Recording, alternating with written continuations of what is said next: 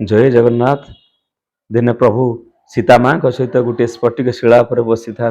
मु आउ क्या कथा कहूनी, मु प्रभु मर्यादा पुरुषोत्तम श्रीराम को कथा कहूँ। से कौन करथांती, स्फटिक शिला उपरे माँ सहित बसी था। प्रभु श्रीराम कौन कले ना बण को गले, बणु जाई फूलमाल फूल संग्रह कले, फूलमालटिए तैयारी कले, माँ को बेकरे पकईदेले। उभय बसी सुंदर वार्तालाप पर समय कटुची। प्रभु माँ को कोल टिके विश्राम नेले। जेतेबेले विश्राम नौछंती, हठात इंद्र को पुत्र जयंत काक बेशर आसी चंचुआरे माँ को पाद को आघात कले। चंचुरे माँ को पाद को आघात कले, थंटे आघात कले। ए मोर विदग्ध श्रोता मंडली, ये प्रश्न आसे जे संसार जी होती हर्ता कर्ता विधाता, से कहीं माँ को बेकर फूलमाल पकईले। आ द्वितीय प्रश्न आसे इंद्र को पुत्र जयंत से कहीं सीता माँ को चंचुआघात कले। सीता माँ होती आदि शक्ति। तेणु प्रभु जितेबाला आदिशक्ति को स्मरण करती से सीता माँ को मुह प्रभु सम्मुख को चली आसतु। तेणु प्रभु श्रीराम जानी सीता होती आदिशक्ति। सेपटे रावण खाली शिव को आराधना करुले, से आदिशक्ति को आराधना करुले। तेणु प्रभु श्रीराम आदिशक्ति ठारू किछि शक्ति पाइबापी से एपटे आराधना करुछंती। आउ कौन है ना, माँ को पाद को जितेबाला आघात करुछंती ना किए ना जयंत काक बेशर आसी, से धार धाराई रक्त बही जाऊँगी। माँ किंतु स्थिर, माँ होती अचल, माँ होती अटल। कहीं काले प्रभु उठीजे, अधारू निद्रा भग्न हो। एपटे रक्त बही श्रीराम को देहरे जितेबाला लगी ना, सेतेबेले कौन प्रभु श्रीराम उठी जाइछंती एवं सब कथा जितेबाला जानी पारिछंती।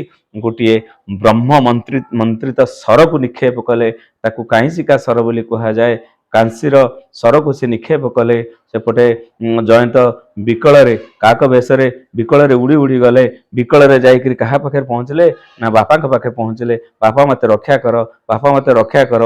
इंद्र कौन कहले, इंद्र कहले अरे ना मु ते रक्षा करिनी, कहीं ना मर्यादा पुरुषोत्तम राम से ब्रह्ममंत्रित सर को निक्षेप कर रक्षा कर किए रे बाबा, मु रक्षा करिनी। गले ब्रह्मा को पाखक, ब्रह्मा से ही कथा कहले मु सृष्टिकर्ता किंतु रक्षा करिनी रे बाबा। पुणी मर्यादा पुरुषोत्तम राम निक्षेप कर सर, आपको रखिब किए। पुणी गले विष्णु को पाखक, विष्णु कहले हसीदेले, कहला रे तू आसलु प्रभु को परीक्षा करने, मुझे रक्षा करी केमती। तापर गले शिव को पाखक, से शिव मत से ही कथा कहले।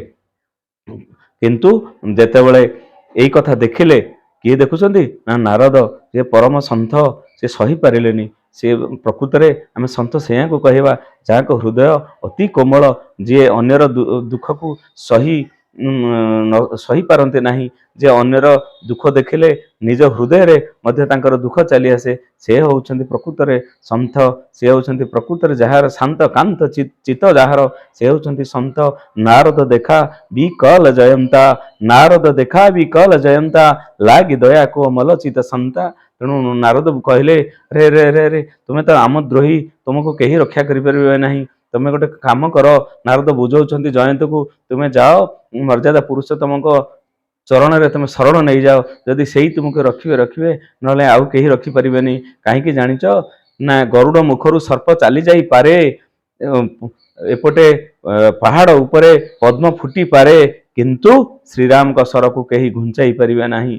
तेणु तुम्हें हूँ श्रीराम द्रोही। प्रकृत में श्रीराम द्रोही पिता जम समान, श्रीराम द्रोही माता मृत्यु समान, श्रीराम द्रोही अमृत हूँ विष समान। जयंत कहले मुझे कौन करी। नारद कहले जाओ तुम्हें राम का चरण रे शरण नहीं जाओ। श्रीराम अति दयावंत, तेणु सुनी कृपाल अति आरत बानी, एक नयन करी तज भवानी। जितेबाला राम का चरण को सी गले ना, से ब्रह्म मंत्रित सर कौन कले ना जयंत गोटे आखि के फुटई देले। सुनी कृपाल अति आरत बानी, एक नयन करी तज भवानी। गोटे आखि को विद्ध कर छाड़देले। कहीं छाड़देले ना जेहेतु सी शरण नहीं।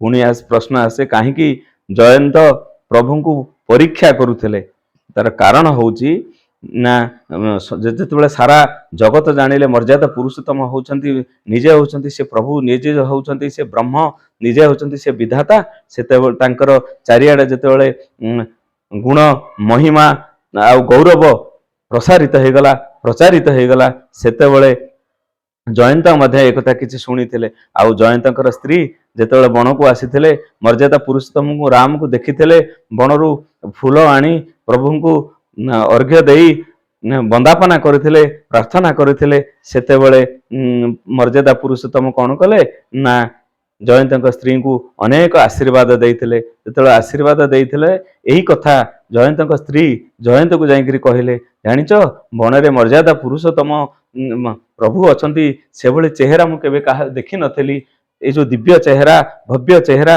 ମୁଁ କେବେ ବି ଦେଖିନଥିଲି ସେଇଭଳି ଚେହେରା ଆଉ ତାଙ୍କ ଗୁଣ କଣ ବା କହିବି।